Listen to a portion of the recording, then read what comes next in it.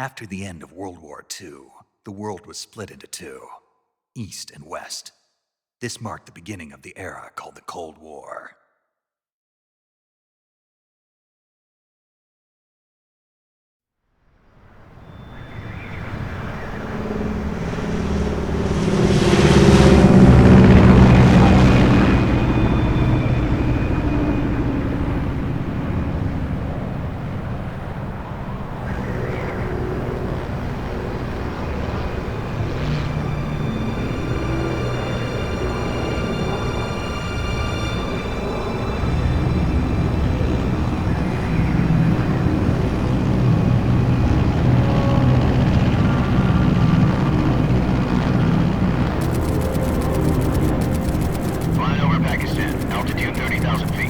Approaching Soviet airspace.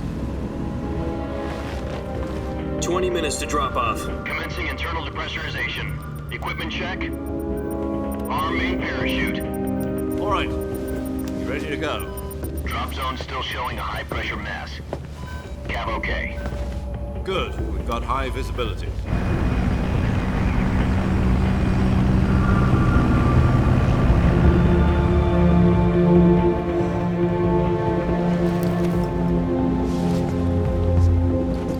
Put out that cigar. Connecting oxygen hose to interior connector. Put on your mask.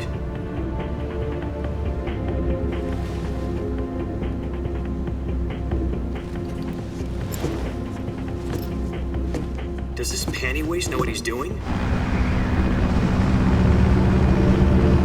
Approaching release point. 10 minutes to drop off. Hey, are you deaf? He said put out the cigar and put on your mask.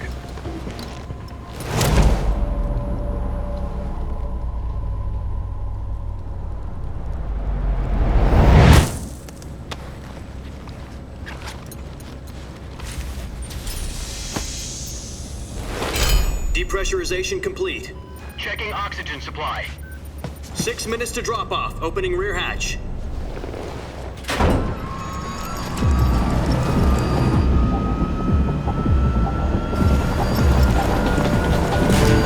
Sunrise.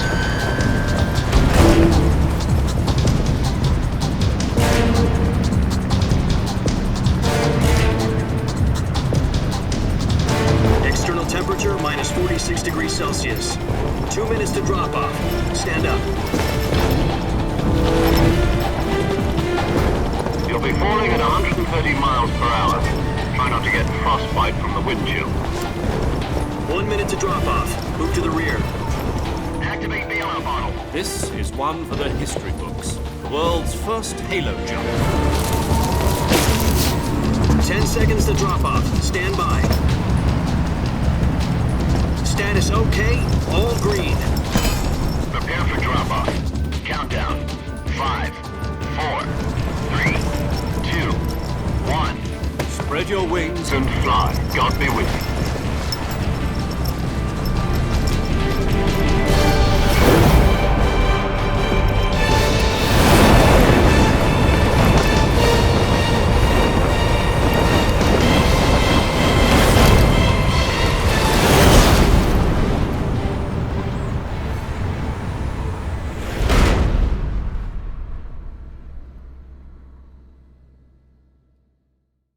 Jack, I've got some important news.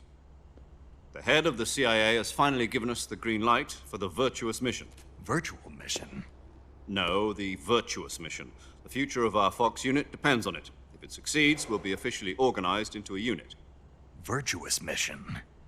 Sounds like some kind of initiation ritual. You know, don't get cocky. This isn't a training op. Right. So what exactly is this wonderful mission?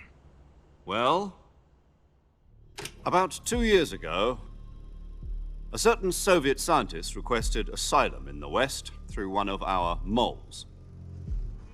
His name is Nikolai Stepanovich Sokolov. He's head of the OKB 754 Design Bureau, one of the Soviets' top-secret weapon research facilities, and the East's foremost expert on weapons development. Sokolov? Isn't he that famous rocket scientist? The very same. On April the 12th, 1961, the Soviets achieved the first manned spaceflight in history. The Earth was blue, but there was no God. Well spoken. The rocket that carried Yuri Gagarin to orbit was the A-1, known as the Vostok rocket. Sokolov is said to be the man most responsible for the multi-engine cluster used in that rocket. After Gagarin's flight, Sokolov left rocket development to become the head of the newly established Design Bureau. From a lowly technician to head of a design bureau, that's quite a success story, so why'd he want to defect? It seems he'd become afraid of his own creations. Afraid? Call it a crisis of conscience. And for that, he left his country and his family behind and went over the fence? Not exactly. One of his conditions was that his family was also to be taken safely to the west. We used a mole to get the family out first and succeeded in sneaking Sokolov over the Berlin Wall shortly afterwards. I was the one who conducted the operation. The security on the eastern side was still full of holes back then. Then what? We got Sokolov over in one piece, but the whole ordeal had left him exhausted, and we checked him into a hospital in West Berlin. It took him 2 weeks and more than 600 miles to get from the research facility in the Soviet Union to Berlin. He was in no condition to say anything coherent. And it was only a week later that we had something much bigger on our hands.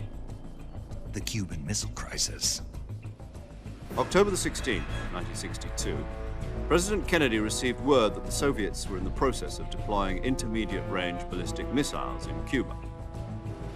The President demanded that the Soviets dismantle and remove the missiles. At the same time, he announced a naval blockade to prevent further missile shipments from reaching Cuba. But the Soviets didn't back down, instead placing their armed forces on secondary alert. Soviet transport ships carrying missiles continued on course towards Cuba. US and Soviet forces went on alert for an all-out nuclear war. Frantic negotiations were conducted through the UN's Emergency Security Council and unofficial channels to end the hair-trigger standoff. Finally, on October the 28th, the Soviet Union agreed to remove its missiles from Cuba. And so the world avoided a nuclear holocaust. But in order to get the Soviets to pull their missiles out, we had to make a deal. You mean the one where the US agreed to remove its IRBMs from Turkey? No. The Jupiter IRBMs deployed in Turkey were obsolete, and we were going to get rid of them anyway. They had no strategic value whatsoever to either the US or the Russians. The Turkey deal was a ruse, a cover story that was fed to the other intelligence agencies around the world. So what did the Russians really want? Sokolov.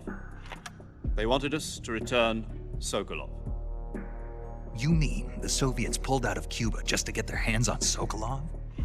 That's right. What the hell was he working on? At the time, we had no idea. We were running out of time.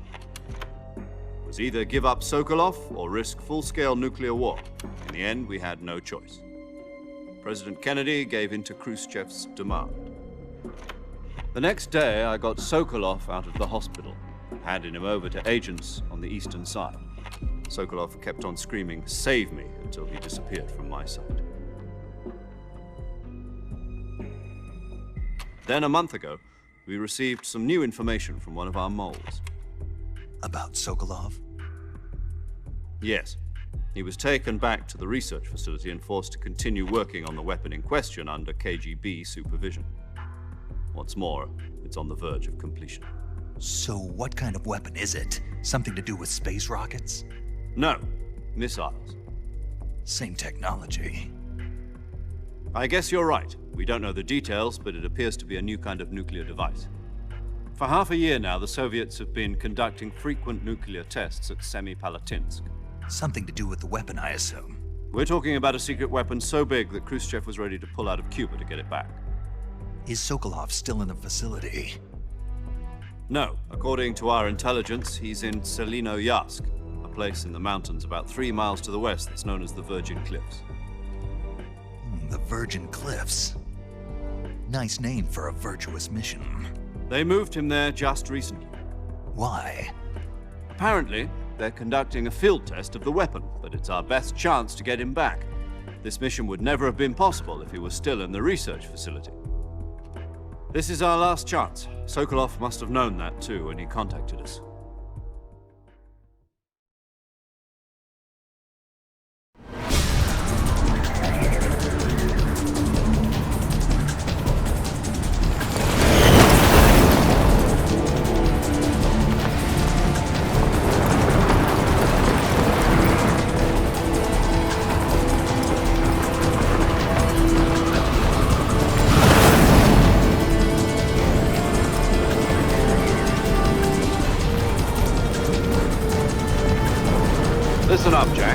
mission is to infiltrate Selino-Yarsk in the Soviet mountains, ensure the safety of Sokolov, and bring him back to the west.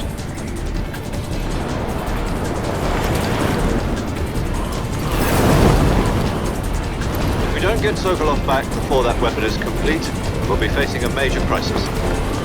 The clock is ticking.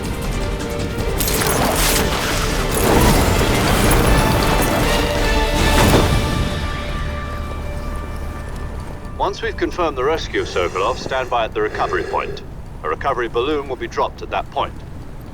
Helium will be pumped into the balloon to inflate it. The process takes about 20 minutes. Once it's complete, the gunship's arm will latch onto the balloon and pull it up. The Fulton surface-to-air recovery system.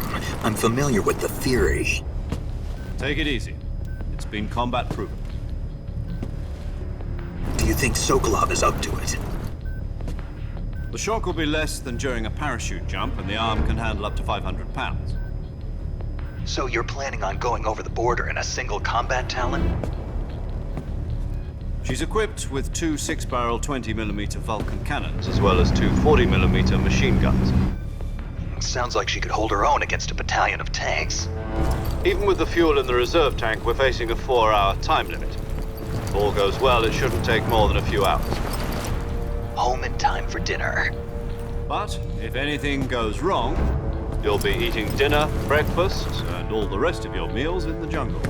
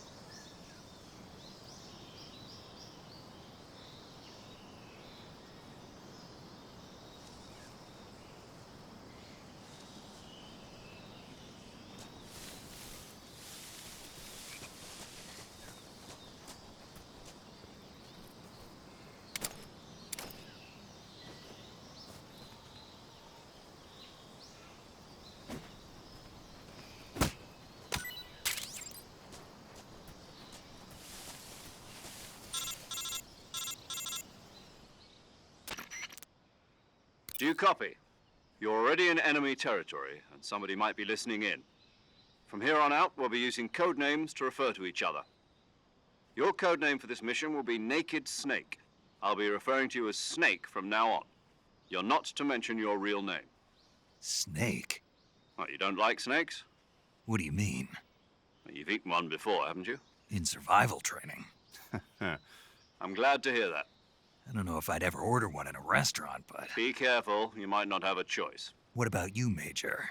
What should I call you? Let's see. I'll be Tom. Call me Major Tom. Oh, and Snake. Yeah. The crew isn't watching anymore. You can take off the disguise now. Good idea. This isn't right. Time for the snake to shed his skin.